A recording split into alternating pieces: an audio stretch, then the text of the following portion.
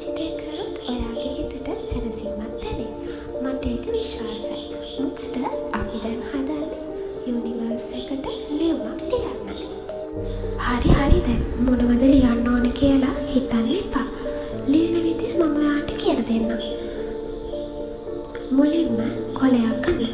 A4 එකක් හරි rule දිගටට තියෙන කොලයක් වුණත් කමක් නැහැ.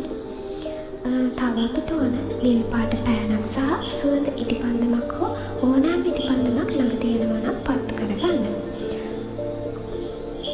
මේක කරන්න කලින් මුලින්ම ඔයා හිත සංසුන් කරගෙන ඉන්න. ඔයාගේ කාමරයේ ඉඳන් මේක කරනවා නම් හොඳයි. මොකද මම එහෙම කිව්වේ මේක ඔයා තනියෙන් කරන්න ඕන දෙයක්. එතකොට ඒක කවුරුත් දකින්නේ නැති නිසා.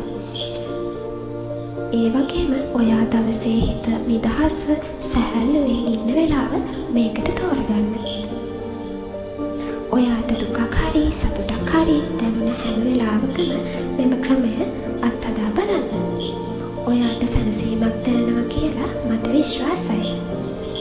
ලියුම ලියන්න ඕන විදිහ මම ඩිස්ක්‍රිප්ෂන් බොක්ස් එකේ දාලා තියෙනවා. ඒකට ගිහින් බලන්න. බලලා ඒ තියෙන විදිහටම හිත සැහැල්ලුවෙන් ලියන්න පටන් ගන්න. එහෙනම් මං අදට ගිහින් එන්නම්. ඔයා මේ වීඩියෝ එක නැරඹුවාට ගොඩක් ස්තුතියි. විෂයට ස්තුති කරලා කමෙන්ට් එකකුත් දාන්න අමතක කරන්න එපා. ඔයා මගේ channel එකට එකතු වෙන්න කැමති නම් මාව subscribe කරන්න කියලා ඔයාගේ ආදරේ මතක් කරනවා.